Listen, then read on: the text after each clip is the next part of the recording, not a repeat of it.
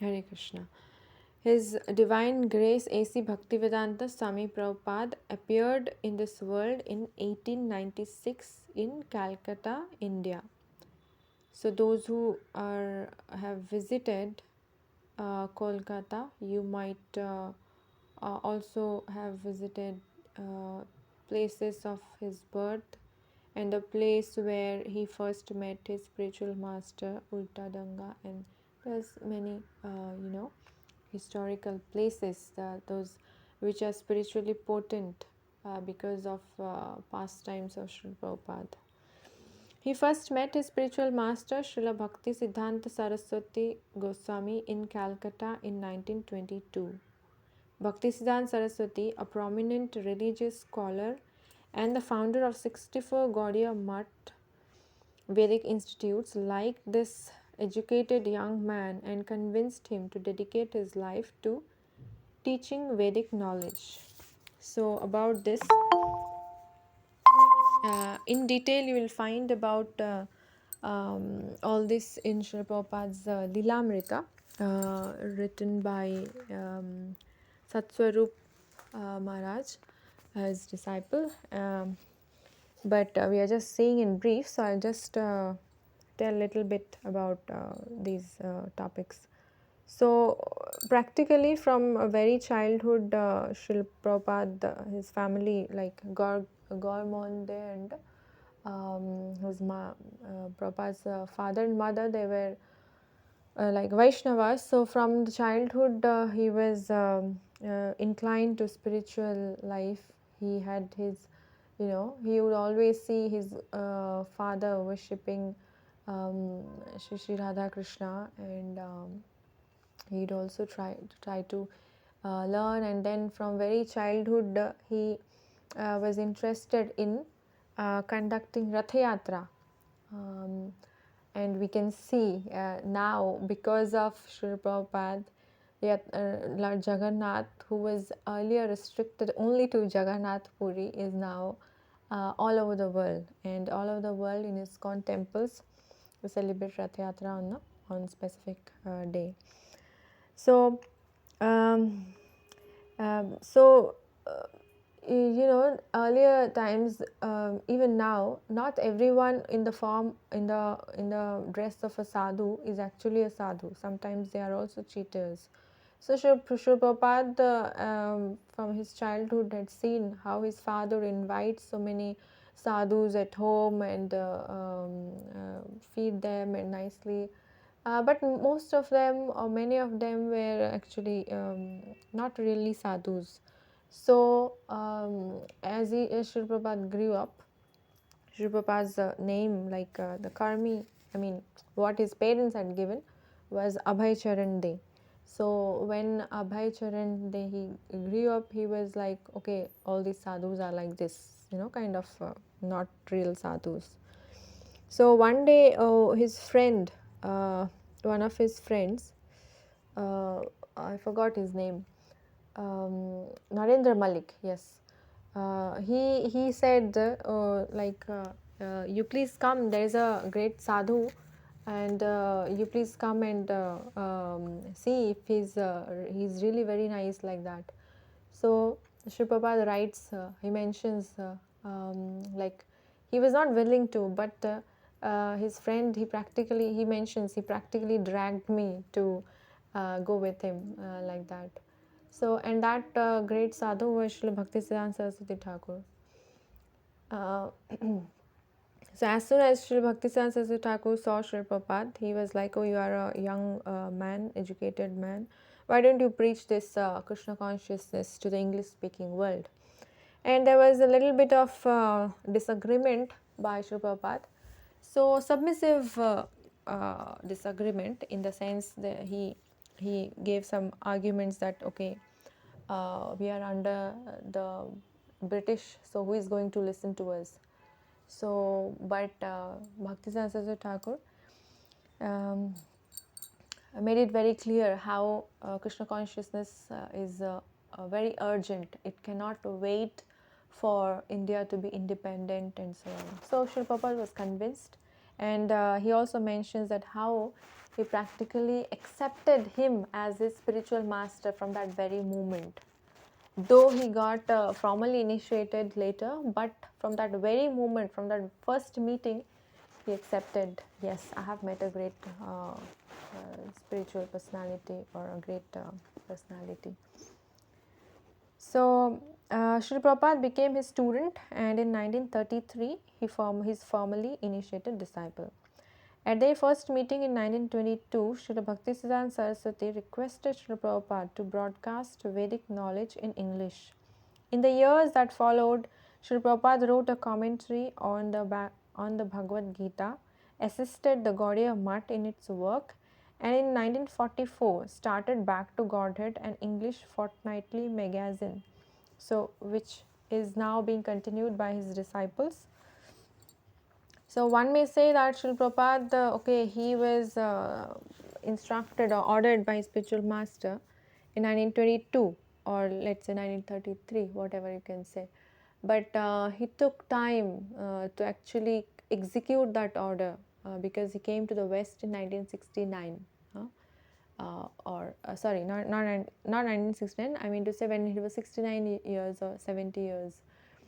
So but practically from the very moment he got this order from Sri Bhaktisiddhanta Saraswati Thakur, he was always meditating on the same, and he executed it in the form of Back to Godhead magazine.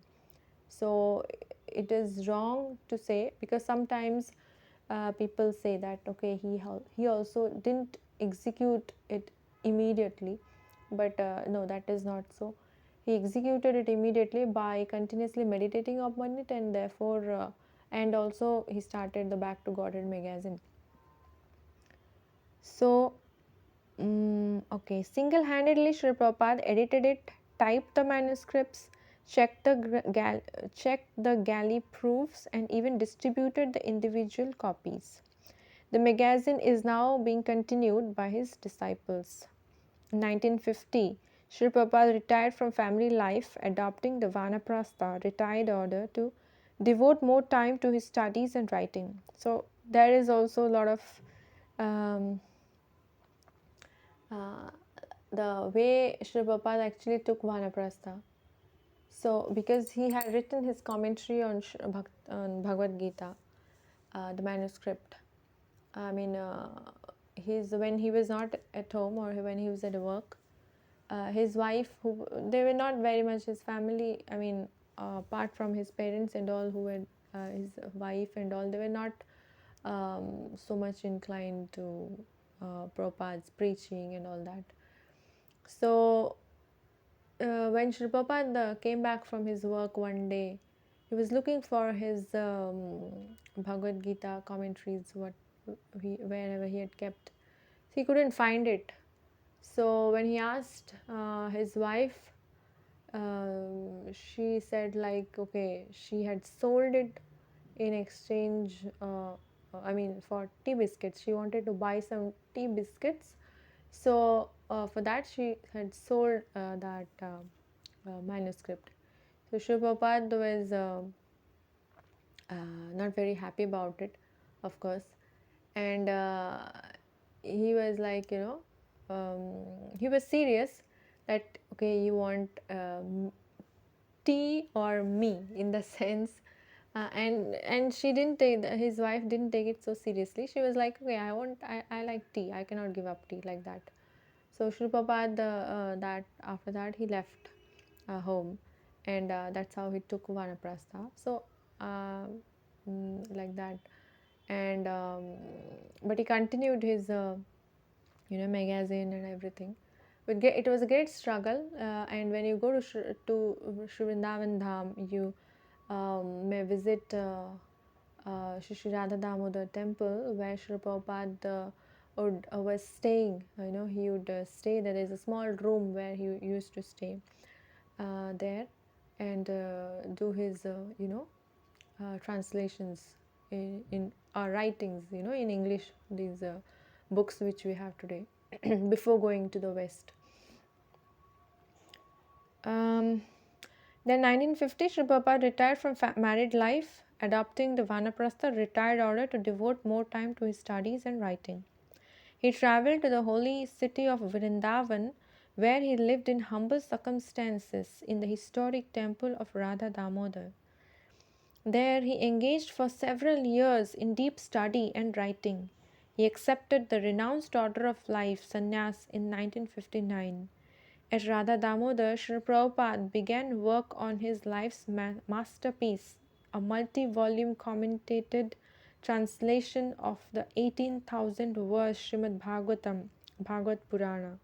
He also wrote Easy Journey to Other Planets. This is a small book, Easy Journey to Other Planet. After publishing 3 volumes of the Srimad Bhagavatam, Sri Prabhupada came to the United States in September 1965 to fulfill the mission of his spiritual master. Subsequently, His Divine Grace wrote more than 50 volumes of authoritative commentated translations and summary studies of the philosophical and religious classics of India. So practically, if you go to any ISKCON temple, you go to the Matchless Gift Shop, you will find, or the books shop, you will find so many books of Sri Prabhupada. Major are the Bhagavad Gita, Bhagavatam, Chaitanya Charitamrita, Nectar of Devotion. Apart from that, there are small books. A list of it you will find in the Matchless Gift Shop. When he first arrived by freighter in New York City, Srila Prabhupada was practically penniless. So he had only 40 rupees, and a box of Srimad Bhagavatam, what was published before he went to the West. Only after almost a year of great difficulty, in that great difficulty, there was struggle for his to stay. There was even he first went to Butler, then from there he moved to the main city, New York, where he had to very difficult, in the sense at one time it was like he had to go to a different uh, place to take his bath or something like that. And there was a time when he had to share room with one of the hippies, and one day that boy, he went crazy because of drug addictions and all. So practically Prabhupada had to leave that place.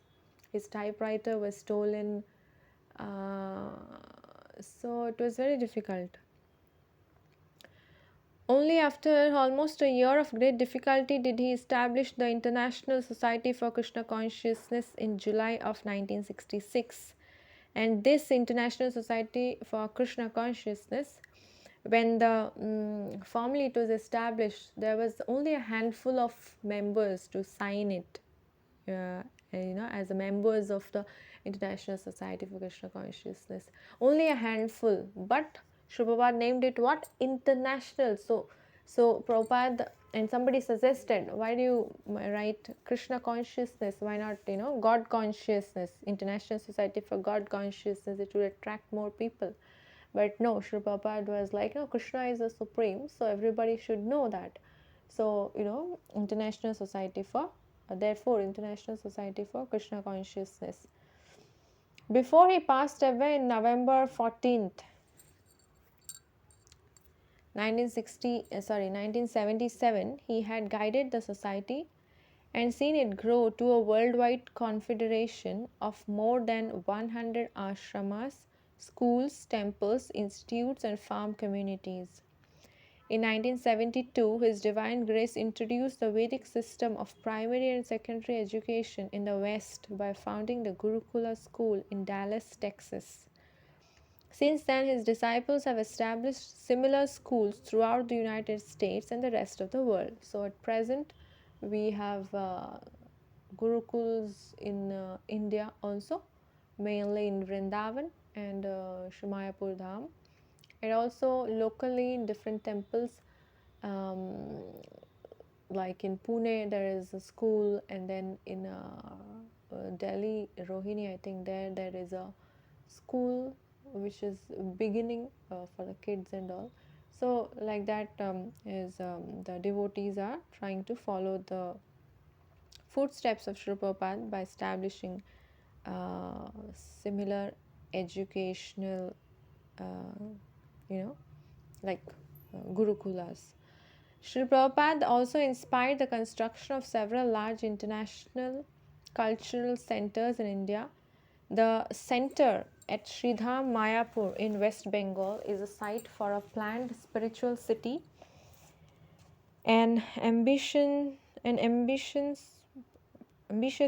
project for which construction will extend over many years to come. So till now it's continuing, like specifically chairman His Grace Ambarish Prabhu, who is Alfred Ford. Yeah. So here to the Ford company, he is he is Srila Prabhupada's disciple, and he's constantly behind this project at Mayapur. In Vrindavan are the magnificent Krishna Balram temple, an international guest house, Gurukula school, and Srila Prabhupada memorial and museum. There are also major cultural and educational centers in Mumbai and New Delhi. Other centers are planned in a dozen important locations on the Indian subcontinent. Sri Prabhupada's most significant contribution, however, is his books. As it is said, books are the basis. Highly respected by scholars for their authority, depth, and clarity, they are used as textbooks in numerous college courses. Of course, in India, I don't think formally, I think in some places there was somewhere in the news, but not very prominently. Srila Prabhupada's books are, course are in the course study or in the syllabus. But in the West, yes, there are different departments, Department of Religion and so on. In many colleges in the West, I think they have Srila Prabhupada's books in their syllabus, in their courses. His writings have been translated into over 50 languages. The Bhaktivedanta Book Trust, what we say BBT, established in 1972 to publish the works of His Divine Grace, has thus become the world's largest publisher of books in the field of Indian religion and philosophy. In just 12 years, despite his advanced age, Srila Prabhupada circled the globe 14 times. 12 years, 14 times on lecture tours that took him to 6 continents. In spite of such a vigorous schedule, Srila Prabhupada continued to write prolifically. His writings constitute a veritable library of Vedic philosophy, religion, literature, and culture. So, and because of him, we are able to come in contact with this process and able to practice Krishna consciousness so easily. There are temples, there are his books, there are the devotees. It's much easy. There's not much struggle as it was in the earlier times. So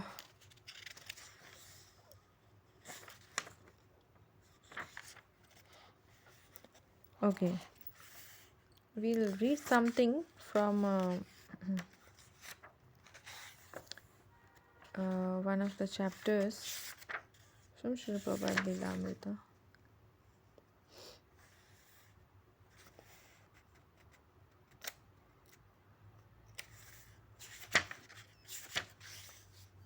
Okay.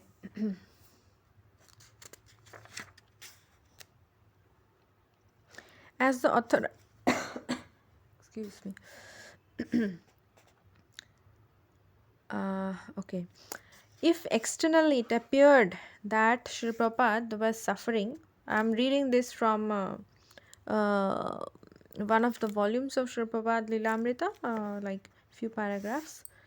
If externally it appeared that Srila Prabhupada was suffering from old age and from his constant travelling, or if sometimes Srila Prabhupada described himself as an old man unfit for such rigorous travelling, then we should take this as a further indication that Srila Prabhupada endured much austerity to carry the message of Krishna throughout the world. But internally he was always thinking of Krishna, and therefore he was not disturbed. The order of his spiritual master impelled him to travel. It's a uh, very, what do you say, deep, these paragraphs, few paragraphs, what we'll just read now. And his travels bore great fruit, so much so that by 1975 he was traveling not as a lone pioneer but as the founder acharya of a large world religion. The International Society for Krishna Consciousness was being more and more appreciated as the movement of pure devotional service to God, a movement available for men in all religions and lands who hanker for pure worship and pure service unto the personality of Godhead. As the authorized representative of Lord Chaitanya, Srila Prabhupada had a special insight into the great leniency and compassion of Lord Chaitanya in delivering the fallen. As stated in the Brahad Naradiya Purana, only by chanting the holy name, only by chanting the holy name, only by chanting the holy name can persons be saved in the age of Kali. There is no other way. Srila Prabhupada realized this verse by practical experience as he saw firsthand the mercy of Lord Chaitanya at work. Therefore, when Prabhupada would arrive at an ISKCON temple and come before Lord Chaitanya and Lord Nityananda, who stand on the temple altar, he would sometimes become overwhelmed by the mercy of the Lord and be unable to check his own ecstatic, loving emotions. Sri Prabhupada was very dear to Krishna, and certainly Lord Chaitanya Mahaprabhu observed Sri Prabhupada's preachings and traveling activities, perhaps in the same mood in which he heard the compassionate prayer of Vasudev Datta, as expressed in Chaitanya Charitamrita. So, this is a view from the purport from Chaitanya Charitamrita. When Sri Chaitanya Mahaprabhu heard Vasudev Datta's statement, his heart became very soft. Tears flowed from his eyes and began to tremble. So, what is that? We'll see. As Sri Prabhupada has described Vasudev Datta, who wanted to save all the conditioned souls of the universe. So, I would also like to describe Sri Prabhupada not out of partiality but on the evidence of Sri Prabhupada's life and teachings and on the strength of Shastra. So, this is the purport from Chaitanya Charitamrita. A Vaishnava is so liberal that he is prepared to risk everything to rescue the conditioned souls from material existence. He was a most exalted personality who wanted to show mercy upon conditioned souls. This is about Vasudev Datta. So here Satswarup Maharaj is mentioning how Sri Prabhupada also was similarly compassionate like Vasudev Datta. So he was a most exalted personality who wanted to show mercy upon conditioned souls. He was a Vaishnava, Paradukha Dukhi, very much aggrieved to see others suffer. One who executes Sri Chaitanya Mahaprabhu's mission must be considered to be eternally liberated.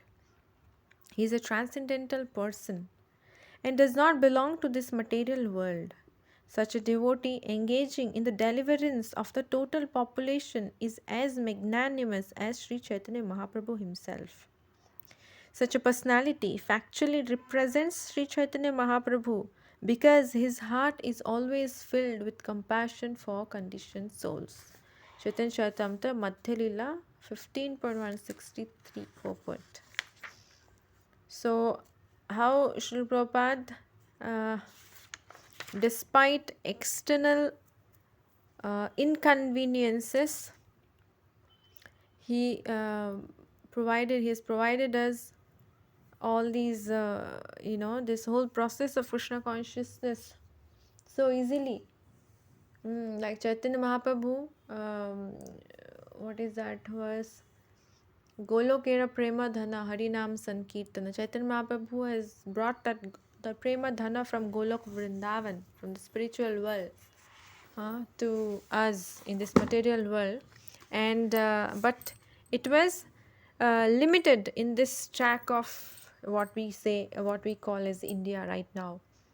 But Srila Prabhupada took it, like Srila Prabhupada took that mercy and distributed it all over the world.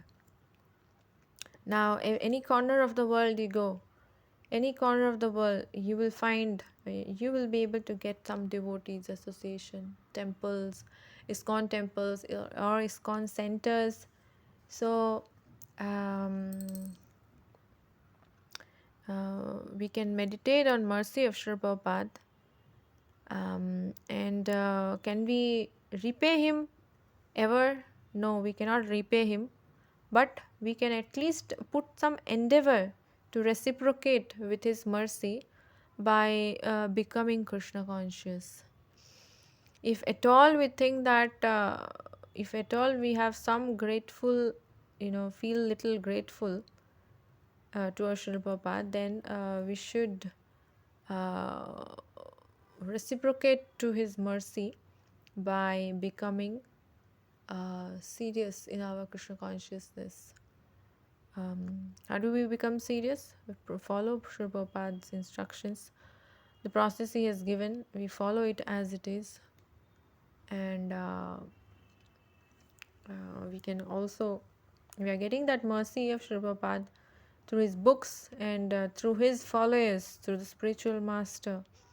So, just like Srila Prabhupada was traveling all over the world in spite of his external inconveniences, similarly, the spiritual master or his followers, they are traveling all over the world despite health issues, this issues, that, different external circumstances, external issues and all. But they are also similarly merciful towards the conditioned souls, and therefore they are traveling all over the world to distribute that mercy. So, the only way to repay is to become serious in our Krishna consciousness. So, I'll stop here. If anybody has anything to share or add about Srila Prabhupada or related to this topic of being committed to Srila Prabhupada's teachings, to Srila Prabhupada, to ISKCON, then you can please unmute yourself and speak. Hare Krishna.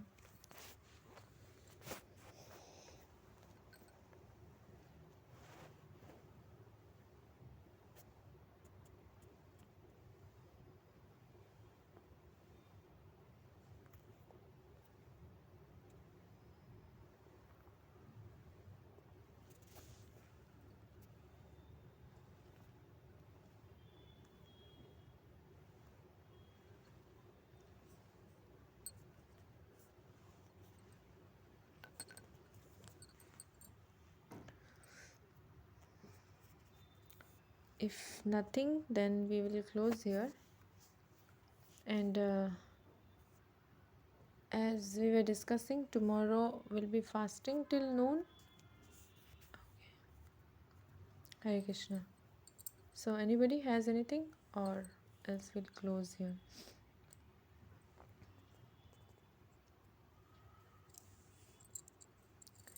Okay, so if nothing, then we'll close here. And tomorrow, please see, if you are going to temple, then it's very nice. You can participate in the program at temple. If not, at least at home you can make a nice offering to Srila Prabhupada and offer it at 12 o'clock noon.